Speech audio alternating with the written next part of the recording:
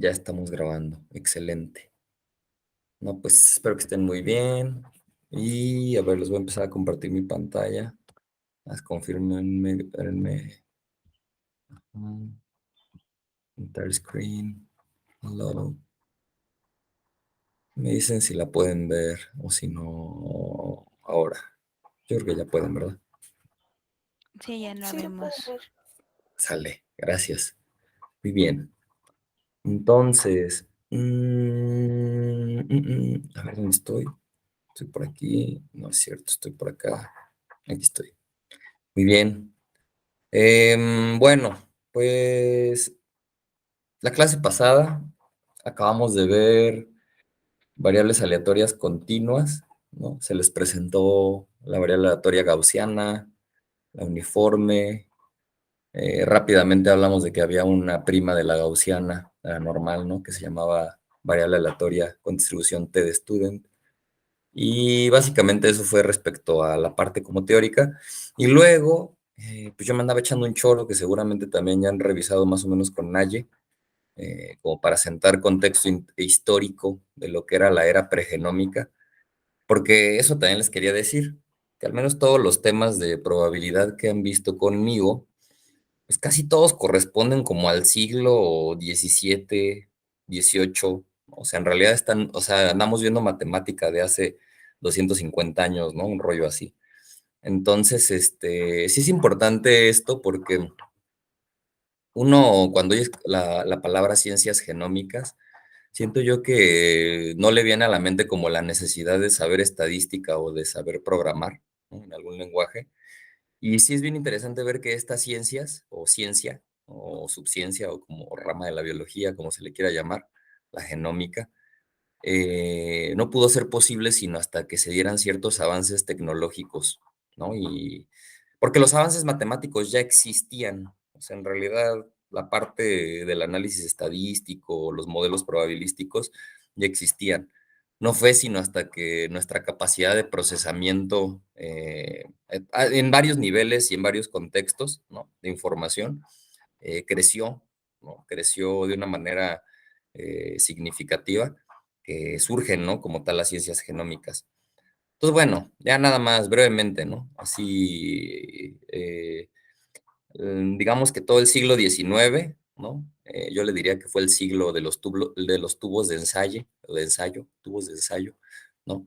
Porque ahí se identificaron enzimas, se identificaron moléculas, se descubrió el DNA, se hicieron un montón de cosas en cuanto a la caracterización de moléculas, ¿no?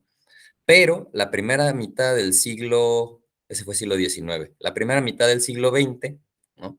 Está caracterizada por el surgimiento de experimentos y protocolos experimentales, ¿no? Más bien, que permitieron empezar primero a relacionar a todas estas moléculas o, si quieren, díganles, pues sí, moléculas que habían sido descubiertas, empezar a relacionarlas con sus funciones, ¿no? Eso fue lo que también la última clase les comentaba un poco, el ejemplo de cuando este señor Griffith, ¿no? No sé si es de Francis o algo así, pero este señor estudió unos experimentos con neumococcus, que son bacterias que causan infecciones respiratorias, ¿no? Y ya platicábamos que, de hecho, durante la gripe española, que ahorita debería de ser muy famosa, la mayor parte de las muertes eran por complicaciones que estaban asociadas a que esta bacteria llegara después de que el virus infectaba a la gente, ¿no? Entonces, bueno, este señor hizo varios experimentos con la bacteria, ya no lo voy a repetir, está en el video de la clase pasada que no he subido, pero ya voy a subir, con ratones, y está bien interesante porque es la primera o de las primeras personas que identifican al DNA como una molécula más allá de aburrida, ¿no?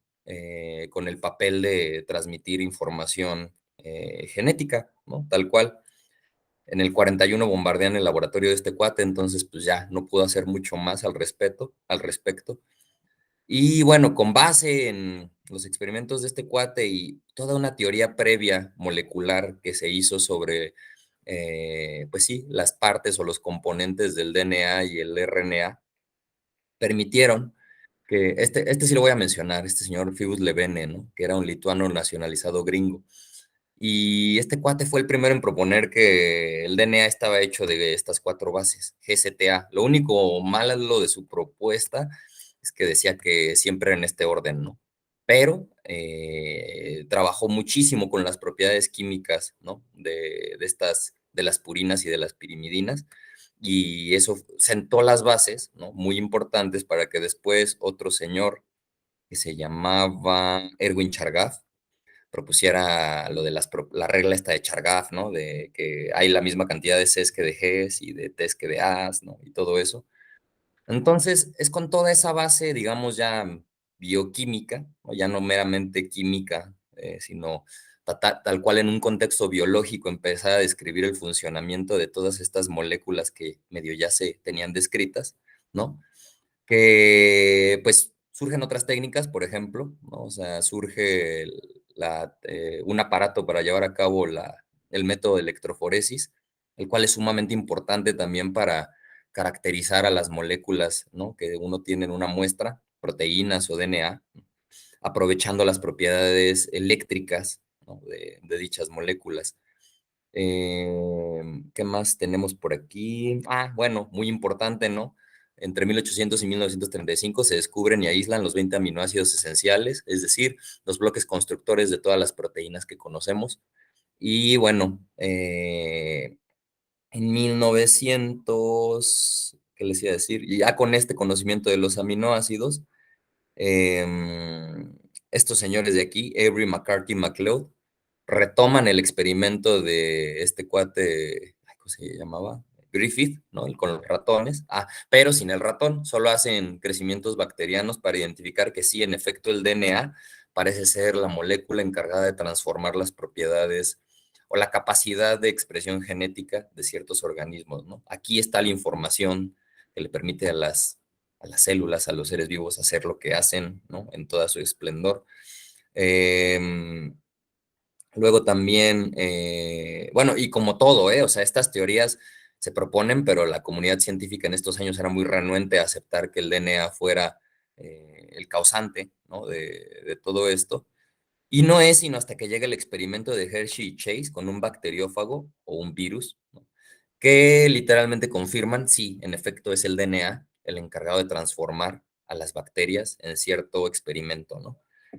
Entonces, habiendo identificado ya el DNA, ¿no? Como molécula de la herencia, digámoslo así. O bueno, si no aceptado de manera generalizada, eh, pues ya, ¿no? La gente dice, ok, el DNA puede ser lo que genera, lo que permite que se transmite información entre una célula y otra, sea en una misma generación o sea de una bacteria a otra, ¿no? En modo horizontal. Habiendo ya descrito sus bloques de construcción, que son esas bases nitrogenadas, ¿no? Pues llega una parte, ¿no? En donde justo la pregunta es, oigan, otra cosa muy importante en estos años, se logra por primera vez este cuate, Fred Sanger, sí creo que es Frederick o Freddy Sanger, en el Reino Unido, en Cambridge, si no mal recuerdo, publica por primera vez la secuencia completa de aminoácidos de la insulina bovina, ¿ok? O sea, esto es la secuencia de una proteína, ¿no? Y entonces, en el 53, ¿no? Con todo esto que ya pasó antes, ¿no? Habiendo ya electroforesis, sabiendo que el DNA es importante, sabiendo de qué está hecho, ¿no? Llega Jane Watson y Francis Crick, y con base en todo el trabajo pues, experimental o de laboratorio que realizó Rosalind Franklin y Maurice Wilkins, o sea, ellos tomaron todas las cristalografías, proponen por primera vez el modelo tridimensional de cómo se ve el DNA, ¿no? El modelo de la doble hélice. Y es un modelo basado en conocimientos químicos, ¿no? Físicos, ¿no? Del ángulo que forman los enlaces y demás, cómo deben de amalgamarse las moléculas, ¿no? Por ejemplo, noten ustedes que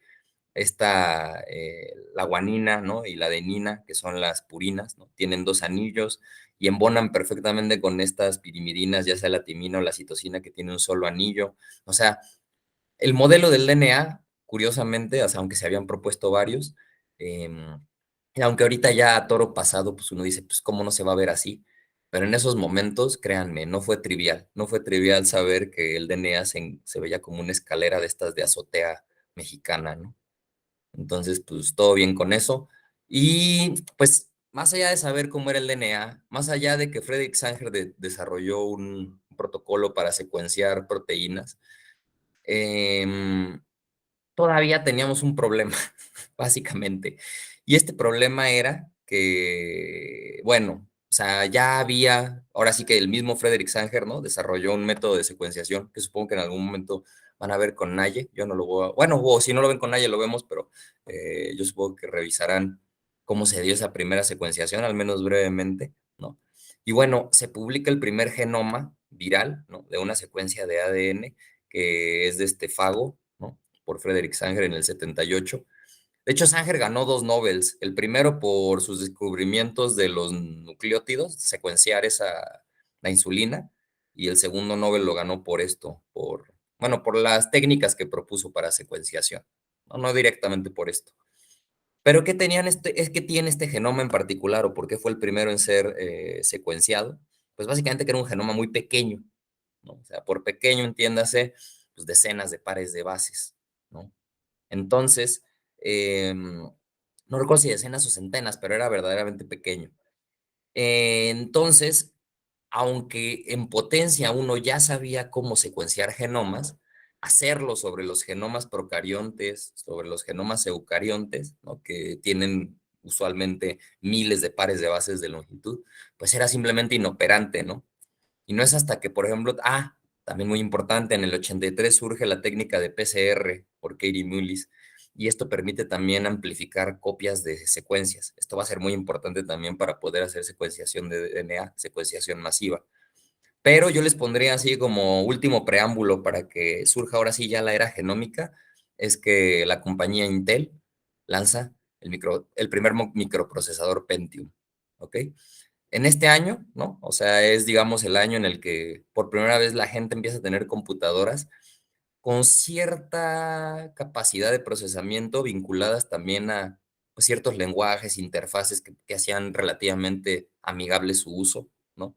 Entonces, es gracias a que empieza a haber recursos de procesamiento, digamos, a la mano, ¿no? O más extendidos y de un menor tamaño también, porque justamente lo que vuelve famoso a Pentium, ¿no?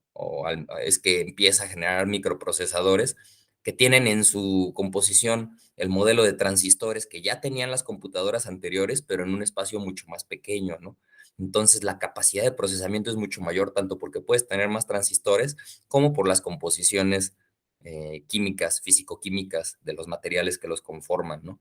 Entonces, básicamente en los 90 empieza la era de la computación o el procesamiento de información, si quieren llámele masivo, ¿no? O sea, de alguna manera, porque claramente ahorita se reirían de la capacidad de procesamiento de este Lentium, ¿no? Ya le dirían así. Pero sí es importante porque después, Pentium 2, Pentium 3, Pentium 4, bla, bla, bla, bla, bla, bla, bla, bla, bla, todo lo que viene después, como que no cambia mucho este cambio de paradigma que marcó el primer Pentium, ¿ok? Entonces, bueno, después que viene, pues ya viene la era genómica, ¿no? Marcada por, aquí déjenle cambio, es Craig Cine, déjenlo pongo aquí donde quedó, Craig Venter. Yo recuerdo que cuando yo entré a la facultad allá biología, en primer semestre en mi materia de procariontes, en 2006, allá por esos tiempos, mi profesora que fue Valeria Sousa, que ahora seguramente es vaca sagrada, querida por muchos, odiado por otros, yo no voy a decir nada de ella, a mí me cayó bien durante esa clase, es todo lo que diré. Miren, alguien me comentó algo, déjenme, voy al chat. Soy yo, que sí es vaca sagrada ya. Sí, ¿verdad? Sí, Sí, ya, claro, sí. en ese entonces ya lo era, pero fíjate que siento yo que todavía era un poquito más accesible, quizás. Sí, no, ahorita ya no. Ya no, ¿verdad? Sí, Ya, no. ya, ya la perdimos. Sí, ya Muy bien. completamente. Pues bueno, gracias Naye por la aportación. Y si alguien está con ella, muy bien, excelente, sigan con ella, ¿no? Si no están con ella, también muy bien, excelente, sigan así, ya saben, nada bueno, nada es 100% bueno ni 100% malo, ¿no? Entonces, bueno, les comento porque ella, pues, pasó, no recuerdo si un postdoc o una estancia con este cuate, ¿no? Allá en California, creo, justo en este laboratorio, el Tiger, ¿no? Que algo de no sé qué, de Genomic Research, el Instituto de Investigación Genómica, ¿no? Y en 1995 publican la secuencia de Haemophilus influenzae, que aunque su apellido lo sugiera, no tiene que ver con la influenza, es una bacteria, y más allá de que pues, sea una bacteria o lo que sea, su genoma, fíjense, aquí tenemos que la longitud de, miren, justo, el primer genoma viral, en el cual decenas de pares de bases, son miles de pares de bases, pero el de Haemophilus influenzae ya es del orden de kilobases, ¿ok? O sea, es que aquí hay miles de pares de bases, ¿no? Entonces, lo que hicieron estos cuates, pues sí fue revolucionario, ¿no? O sea, se comieron el pastel, aprovecharon que las computadoras las tenían a la mano, que tenían a los computólogos, que tenían, pues ahora sí que todo el billete de los gringos ahí detrás, ¿no? Pues todo se conjuntó para que este laboratorio, pues dijera, miren, ahí está, primer genoma choncho, ¿no? Y pues de ahí no pararon, ¿no? De ahí para el real empezaron a salir genomas por todos lados. En cuanto se popularizaron las técnicas y los protocolos de secuenciación, pues ya todo el mundo andaba secuenciando lo que se le pasara por enfrente, ¿no? Que se pudiera. Aquí, bueno, nada, les pongo algunos ejemplos, ¿no? De distintos genomas que fueron. Bueno, este de aquí, por ejemplo, viene muy a colación, ¿no? El del Homo sapiens, que tiene 3.000 millones de pares de bases, ¿no? Porque este de aquí era el borrador del genoma humano. Y hace unos días Naye nos compartió esta agradable noticia. Bueno, agradable porque es interesante ver que se tardaron 21 años, ¿no? No fue poco el tiempo en que ese borrador ya se volviera el genoma como tal, ¿no? Entonces, vean lo novedoso de la disciplina que están ustedes estudiando ahora y no se extrañen entonces, porque quizás muchos se sienten agobiados de no saber la biología suficiente o de no saber la estadística y probabilidad suficientes o de no saber la programación suficiente, ¿no?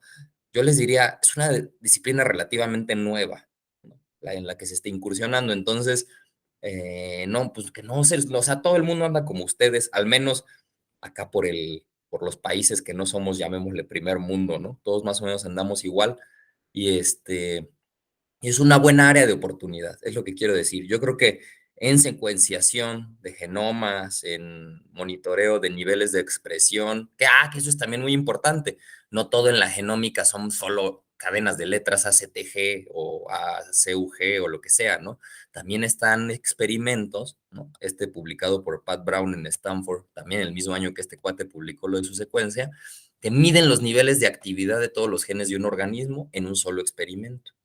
También eso lo van a ver con Naye o ya lo vieron, no sé, pero son dos cosas bien interesantes, ¿no? No todos son solo cadenas de letras, también se logra en la genómica o en las ciencias genómicas asociar niveles de actividad a los genes de un organismo, qué tanto se expresan, ¿no? Por así decirlo. Entonces, bueno, estamos aquí 20 años después, 2022, con un friego de información, un montón de poder de cómputo, y pues vamos a enfrentarnos a analizar eso, ¿no? Un genoma. Yo sé que esto ya lo han de haber visto con Naye en cierta medida. Yo nada más aquí quiero retomar el modelo formal con el que al menos esta clase comienza su primera parte del curso. ¿Por qué? Porque ya sabemos que el DNA tiene una estructura tridimensional, ¿no? Bien bonita, así como esta que les puse acá. Sin embargo, pues, para términos prácticos bueno, a ver, se define genoma, ¿no? Primera definición, como a todo el contenido de DNA dentro de una célula. Y esta es como primera definición, porque ahorita van a ver, la vamos a refinar a un modelo formal, ¿no? Pero entonces, el DNA se organiza en cromosomas, eso ya lo saben, ¿no? Estos pueden ser lineales o circulares, y estos son replicados durante la división celular. El DNA se estructura la mayor parte del tiempo como un par de hebras complementarias. ¿Ok? Esto es algo muy importante, ¿no? Que el DNA venga como parejas de hebras en donde la información de una está totalmente contenida en la otra. Básicamente, esta redundancia es la que permite la división celular, literalmente. Es lo que permite que que después de la mitosis, la nueva célula pueda, a partir de una sola hebra de DNA, generar toda la copia, ¿no? O sea, entonces, sí es importante esa redundancia, porque uno diría, ay, pues ¿por qué el DNA tiene copia? Pues para poderse copiar más fácil después, ¿no? Em, Otra cosa que no les mencioné, el DNA, les digo, insisto, hasta los años 50, antes de que lo propusieran como la molécula transformadora o la sustancia transformadora, como le quieran decir, era una molécula muy aburrida. Sin embargo, en la segunda mitad del siglo XX, Schrödinger tiene un libro llamado ¿Qué es la vida? Creo que sí se llama así, What is Life? ¿Qué es la vida? Schrödinger, para quien no lo sepa, sí les ha de sonar lo del gato de Schrödinger, ese gato que uno no sabe si está vivo o está muerto, y en cuanto uno abre la caja, el gato siempre aparece muerto, pero nunca vas a saber si estaba vivo antes o ya estaba muerto desde antes. Ah, no, ese es Heisenberg, ¿no? Sí, no. Bueno, no me acuerdo, no, sí es Schrödinger, el gato de Schrödinger.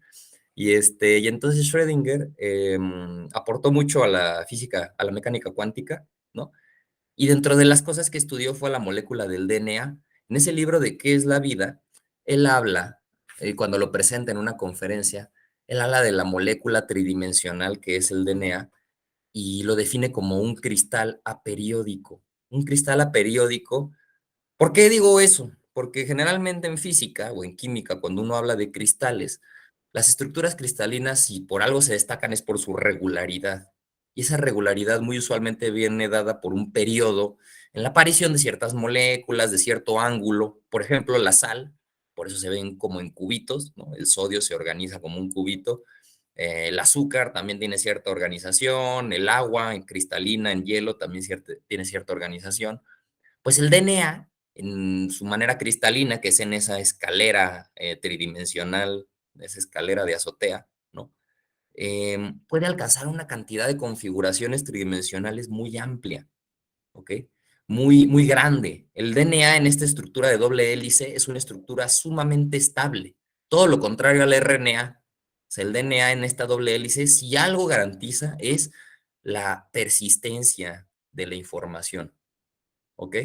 Entonces, Schrödinger, al hablar de esta molécula, pues justamente dice, es bien interesante notar cómo mucha información puede guardarse, sí, en la cadena de letras, pero mucha información también se puede guardar en todos los plegamientos que puede hacer esta molécula al momento de organizarse en los cromosomas.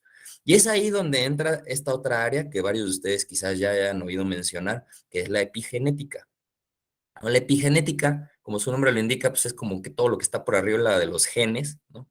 Entonces, asociada a esta secuencia de letras, que es la que alberga los genes, ¿no? Finalmente, pues puede haber toda una serie de reguladores físicos y químicos que regulen también la expresión de estas cosas, cómo se desdobla, quién queda más cerca de qué espacialmente, en fin. Con esto solo quiero decir que el DNA, más allá de ser una molécula muy aburrida hecha de solo 4 letras, en esas 4 letras y en esa simplicidad y en esta conformación tridimensional es capaz de guardar una cantidad enorme de información, cosa que no puede hacerse con todas las moléculas. ¿Ok? Esto es algo muy importante. O sea, el DNA es capaz de albergar una cantidad enorme de patrones en su conformación tridimensional y también en su composición secuencial, ¿no? Em, bueno, dicho eso, ¿qué se va a hacer en esta clase? Obviar todo eso que les acabo de decir, al menos en esta primera etapa, ¿no? Donde justamente se refina la definición de genoma, ¿no? A un conjunto de secuencias de DNA, en donde se va a entender una secuencia de DNA como un modelo unidimensional, es decir, un string de caracteres, un string de letras, una seguida de otra, formado a partir, bueno, en este alfabeto de letras, ¿no? De símbolos y pues eso, ¿no? Si una secuencia de DNA va a ser pues, esa secuencia de caracteres, ¿no? De este alfabeto, el conjunto de esas secuencias dentro de un mismo organismo u organelo, pues será lo que conozcamos como genoma, ¿ok? Em, ¿Qué más les iba a decir? ¿Dónde podemos encontrar genomas? Brevemente, en virus, en bacterias, en organelos y en eucariontes, ¿no? Entonces, en todos esos, es que no les quiero decir organismos, ¿no? Porque justo no todos son organismos, pero bueno, en todos esos entes o instancias podemos encontrar genomas de diversos tipos, con diversas características, pero el modelo que se va a presentar ahorita es totalmente generalizable, o los modelos que se van a presentar pueden generalizarse para cualquier contexto particular de ese tipo, ¿ok? Ojo, porque también ahorita solo estoy hablando de secuencias de DNA, es decir, mi alfabeto es adenina, citosina, timina y guanina, ¿no? Sin embargo, cuando hablemos de RNA, de nucleótidos, de codones, el alfabeto cambia un poco. Insisto, el modelo se generaliza a esos casos, ¿ok? Entonces, este modelo formal, pues propone esto, strings, ¿no? Y substrings y esas cosas. y básicamente dice que dado un conjunto de índices K, ¿no? Definimos a la subsecuencia S con los subíndices K como, pues, justamente, ¿no? Los nucleótidos SI, SJ y SK en el orden en el que vienen. Si estos índices conforman un intervalo entero consecutivo, podemos escribirlo así, ¿no? La subsecuencia que va de I a K, del nucleótido I al nucleótido K. Y básicamente, para este modelo formal, ya se clavó mi modelito de DNA, así de complejo es, ¿no? Y noten o sea, lo complejo que es en la vida real, ¿no? Entonces, no se extrañen que este modelo sea incorrecto, recuerden que todos lo son, y más bien véanlo como un primer modelo nulo o un modelo que ya también habíamos discutido un poco. Pero bueno, se puede abordar este modelo formal con dos modelos probabilísticos para su estudio, ¿no? El modelo multinomial, así lo llaman pues en el libro que les pasé, y el paradigma de modelos marcovianos o modelo marcoviano. ¿Cuál es la diferencia principal entre estos dos tipos de modelos? El modelo multinomial supone la independencia entre los nucleótidos y su idéntica distribución. ¿Qué quiere decir eso? Que la probabilidad de observar un cierto nucleótido en función del anterior o cualquier otro en esta secuencia, pues no se ve afectada o sea, aquí va a aparecer alguna letra y eso es independiente de la letra que le sigue y eso es independiente de la letra que le sigue. Ese es el modelo multinomial. Supone que la probabilidad de observar cada uno de esos nucleótidos es independiente de lo que ocurra en los demás, pues ahora sí que los demás lugares de la secuencia, los demás sitios, ¿no? ¿Qué es un modelo marcoviano? ¿Qué lo vuelve diferente? Bueno, no diferente, sino más general, ¿no? Es cuando modelamos justamente esa dependencia local entre los nucleótidos. Cuando no, la probabilidad de observar a SK, pues puede que sí dependa de lo que valía SJ, y a su vez la de SJ de lo que valía SI, y así sucesivamente. Entonces vamos a modelar una especie de dependencia o de correlaciones locales con los modelos marcovianos o en el paradigma marcoviano. ¿Ok? Ya después vamos a ver que el modelo multinomial es el caso particular de un modelo de Markov de orden cero, ¿no? Por eso les digo que esta teoría más bien generaliza lo que vamos a ver aquí. Pero como buen modelo nulo, pues el primero que vamos a revisar va a ser este, ¿no? Y aquí lo que les decía, ¿no? Tenemos otros dos tipos de secuencias, las secuencias de RNA y las de aminoácidos, las cuales toman valores en los caracteres que utilizan para ser escritas están en estos alfabetos, ¿no? En el RNA la timina se cambia por uracilo y aquí están las 20 letras de los aminoácidos esenciales. Y también tenemos el alfabeto de codones, en donde pues la diferencia sería que los caracteres o símbolos van por tripletes, ¿no? Tenemos un total de 64, que es algo bien interesante, ¿no? Porque aquí viene nuestro primer argumento estadístico.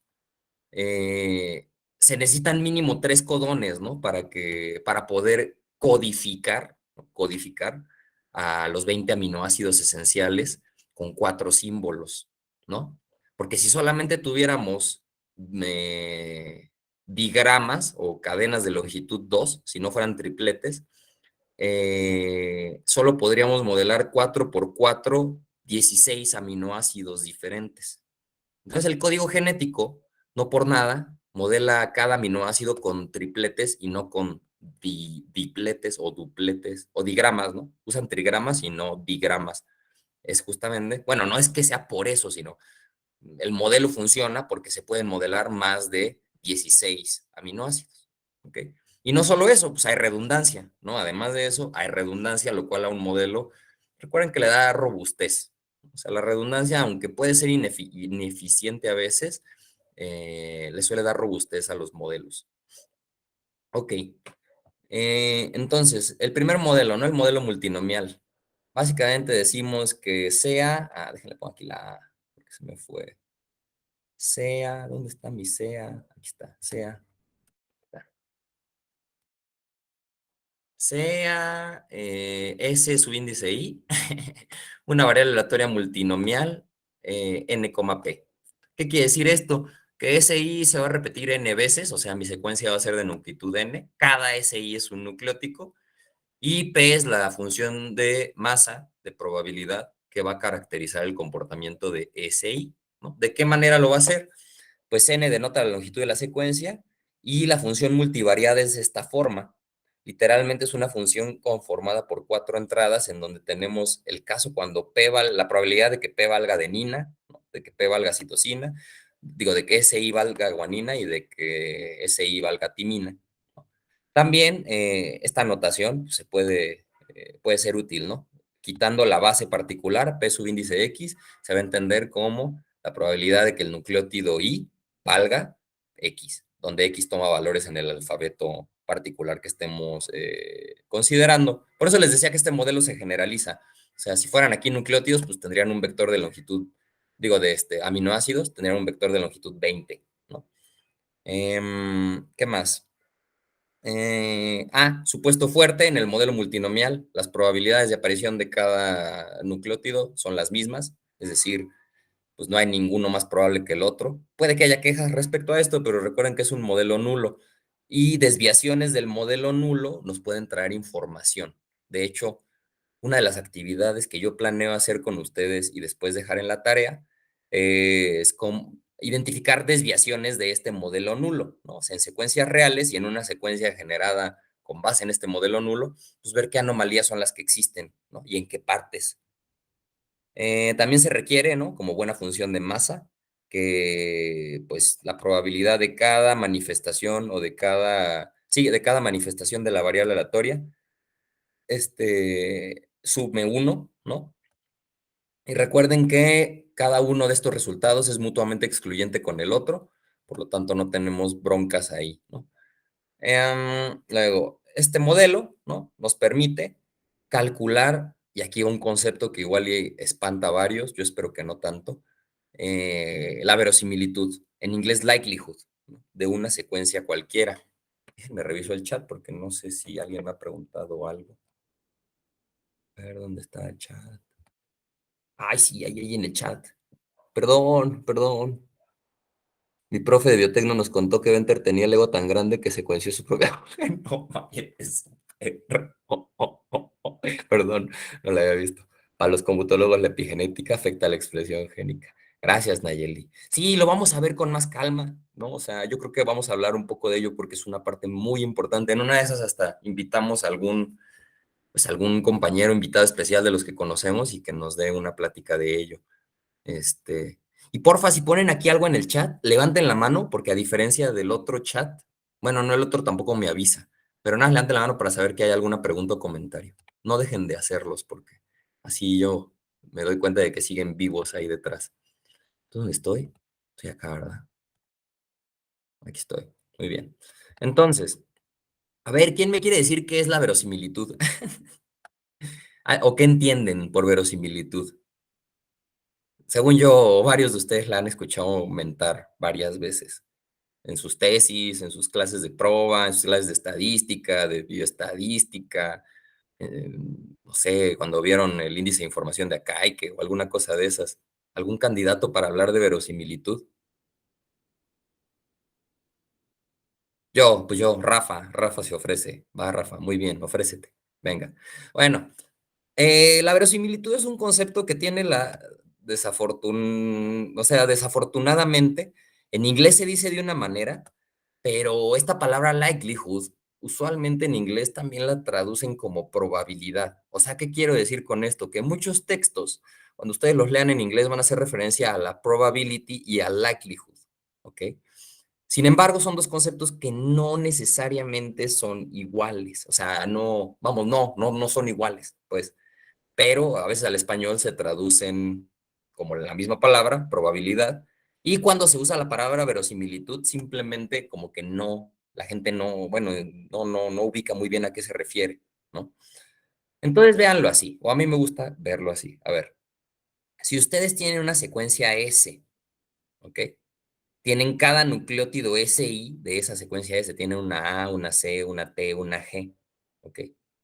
La verosimilitud de esa secuencia bajo el modelo que yo les acabo de decir, ojo, eso es muy importante, bajo el modelo multinomial donde hay independencia y las variables están idénticamente distribuidas y todas esas cosas, o sea, todos los nucleótidos tienen la misma distribución multinomial. La probabilidad de observar esa secuencia o el likelihood se define como la probabilidad conjunta de cada nucleótido Y eso quiere decir que ocurre el nucleótido S1, el nucleótido S2, el nucleótido S3, y como cada uno de esos trae una proba dependiendo de su valor, pues esto simplemente es P de cada uno de ellos, el producto de todas esas probabilidades. Y como esta probabilidad es la misma para todos, pues esto básicamente es P a la N, ¿no? O sea, literalmente es 0.25 a la N, ¿no? Un cuarto a la N. Yo sé que este modelo suena muy bobo, pero sí es importante que el concepto de verosimilitud, al menos operativamente, lo puedan calcular, aunque no lo entiendan todavía teóricamente o conceptualmente. ¿Ok? Ahora bien, ¿qué es la verosimilitud formalmente hablando? La verosimilitud, ahora sí, pues se define como esa probabilidad conjunta, fíjense, un modelo probabilístico. O sea, la verosimilitud no puede calcularse si uno no da desde antes un modelo probabilístico. Acá dimos el modelo multinomial, podemos calcular la probabilidad, sí, la verosimilitud de esa secuencia en particular. Sin embargo, más adelante vamos a ver que aunque ese modelo probabilístico es dado, vamos a hablar de una cosa que se llama estimación por máxima verosimilitud. Y lo que va a ocurrir es que, imagínense que yo no conociera estas P's, que yo ya les dije que es 0.25 porque son iguales y tienen que sumar uno, pues no hay de otra, ¿no? O sea, si son iguales y suman uno, cada una de estas vale 0.25. Pero ahora imagínense que ustedes no conocen esos valores de probabilidad y que solo tienen la secuencia, ¿ok? Pues quizás a ustedes les gustaría saber qué valores de P o qué combinación de valores de P les genera a ustedes el mayor valor de verosimilitud o la mayor probabilidad de observar esa secuencia. Porque aquí todos son iguales, 0.25 por 0.25 por 0.25. Pero ¿será que siempre 0.25 por 0.25 por 0.25 por 0.25 es lo mejor? ¿No será que 0.9 por 0.8 por 0.1? O sea, ¿sí me explico? O sea, eh, puede que haya una combinación de valores, ¿no? Que sea óptima en otro contexto. Ya cuando veamos estimación por máxima de verosimilitud, eso va a quedar más claro. Pero literalmente es eso, es suponer un modelo probabilístico, no darle un valor al parámetro de entrada y estimarlo viendo, pues proponiendo valores. Dices, a ver, proponme una serie de valores, compútame la verosimilitud, guarda el valor, repita el proceso hasta que encuentre el valor máximo de verosimilitud. Es un algoritmo de optimización sencillo que se conoce como maximum likelihood o máxima verosimilitud. Entonces, bueno, ese lo veremos más adelante, porque lo necesitamos para el paradigma bayesiano, ¿no? Sin embargo, teniendo en mente que pues, es una probabilidad conjunta, o sea, de observar cada una de esas bases, importante, en los libros lo van a ver así, no escrito como la prueba condicional que yo les puse aquí, sino a veces lo van a ver así como L, de primero la teta y luego la X. Esto es notación, ¿ok? Esto es notación. La verdadera probabilidad que están calculando ustedes es esta de acá, ¿ok? O sea, esto no es un dado que, esto no es un dado que. Se están preguntando por la likelihood, ¿qué tan likely es un cierto valor de cierto parámetro, dado unos datos? Se calcula como la probabilidad de esos datos, dado el modelo y optimizando ese parámetro. Trabalenguas, ¿verdad? Pero bueno, no se preocupen. Acá básicamente es 0.25 a la n, ¿no? Y párenle de contar. Ahora bien, este modelo muy sencillito y lo que sea, pues uno lo puede programar en Python, en R, en lo que quiera, y generar secuencias con base en este modelo, ¿no? En este modelo nulo. Sin embargo, pues como ya dijimos, en la vida real no vemos que la distribución de los aminoácidos en la secuencia sea homogénea, ni siquiera que estén en las mismas proporciones. Eso fue lo que propuso Chargaff, ¿no? Que CG y TA están en cada una de esas en las mismas, pero CG y TA cada una no necesariamente son 50-50, ¿me explico? En la secuencia. Entonces surge el paradigma de modelación markoviano. ¿Y qué caracteriza al paradigma de modelación markoviano? Básicamente, que la probabilidad de observar que cierto nucleótido, ¿no? Toma el valor de cierto carácter, ¿no? En ese alfabeto, dado que los I-1 caracteres anteriores tomaron otros valores, o sea, la probabilidad de fijarse en el valor actual dado los valores anteriores en la secuencia, va a ser igual a la del valor actual dado solamente el valor anterior. Esto así planteado se conoce como modelo de Markov de orden 1. ¿ok? Y entonces es aquí que les comento que el modelo multinomial en realidad es un modelo de Markov de orden cero, ¿ok? Eso, o sea, generaliza el paradigma en el que ya estábamos y no solo eso, abre la puerta a considerar que puede haber modelos de Markov de orden 2, de orden 3 o de orden en el que ustedes quieran, fijarse I-1, bueno, n observaciones hacia el pasado, ¿ok? O n nucleótidos hacia atrás. Ah, por cierto, cuando les digo nucleótidos hacia atrás o hacia adelante, les voy a hacer una pregunta chiste. ¿Cuál es el sentido de la vida? Yo sé que parece que no tiene nada que ver, pero seguro varios ya se la saben. A ver, voy a ver el chat. ¿Alguien sabe cuál es el sentido de la vida? ¿Es eso de Eso. 5'3"? Exactamente. Es un gran chiste. Los biólogos se los cuentan mucho, ¿no? En sus clases de, pues justo, ¿no? De biología molecular o de genética, ¿no? El sentido de la vida, 5'3'. ¿Qué quiere decir eso? Vamos a nuestra imagen de DNA nada más para aclararlo rápidamente, que seguramente ya lo vieron con Naye también. Yo estoy seguro de que ella en sus videos también se los ha de haber comentado. Este, miren, no recordemos que hay una cosa llamada carbono 5' y acá está el carbono 3'. Y lo que quiere decir esto es que la proteína encargada, ya sea de leer, de replicar, de duplicar, de transcribir, la polimerasa que llega y abre esta cosa y se pega aquí y empieza a leer esto, lo va a hacer de 5', 3', 5', 3', 5', 3', 5', 3'. Convención para esta clase, siempre que se hable del inicio de la secuencia, se está hablando del extremo 5', el final es el extremo 3'. ¿Por qué? Pues la polimerasa así lo lee. Por eso ese es el sentido de la vida. Ya no lo olviden y cuenten ese chiste en sus reuniones para que nadie les entienda, salvo que sean biólogos o estudiantes de esta materia. ¿Qué más? Ok, 5', 3', ¿no? No lo olvidemos. Y básicamente lo que estamos diciendo es, pues, que podemos modelar la probabilidad de observar cierto valor, ¿no? Considerando n pasos anteriores. Este tipo de aproximación, compañeros, se conoce también, bueno, se usa mucho en los modelos de series de tiempo. ¿Ok? ¿Qué les quiero decir con esto? Que si alguien ya hizo análisis de series de tiempo, algún computólogo o algún biólogo, ¿no? Ese paradigma también nos sirve mucho para modelar a las secuencias. Nada más que en lugar de tener datos temporales de día uno, día 2, día 3 o instante uno, instante 2, instante 3, tenemos lugar uno, lugar 2, lugar 3 en una secuencia. Pero noten ustedes que aunque uno es el paradigma temporal y el otro es el paradigma espacial o secuencial, si lo quieren ver así, este, tratan de, ambos tipos de modelos tratan de no perder la dependencia provocada por la localidad de las variables, ¿no? Variables localmente cercanas o instancias o nucleótidos cercanos tenderán a estar correlacionados de cierta manera, ¿no? Si no, pues no hubiera genes, ¿no? Tendríamos secuencias aleatorias todo el tiempo y pues para andar identificando genes ahí puede que esté más difícil, ¿no? ¿Qué hora tengo? 6:17.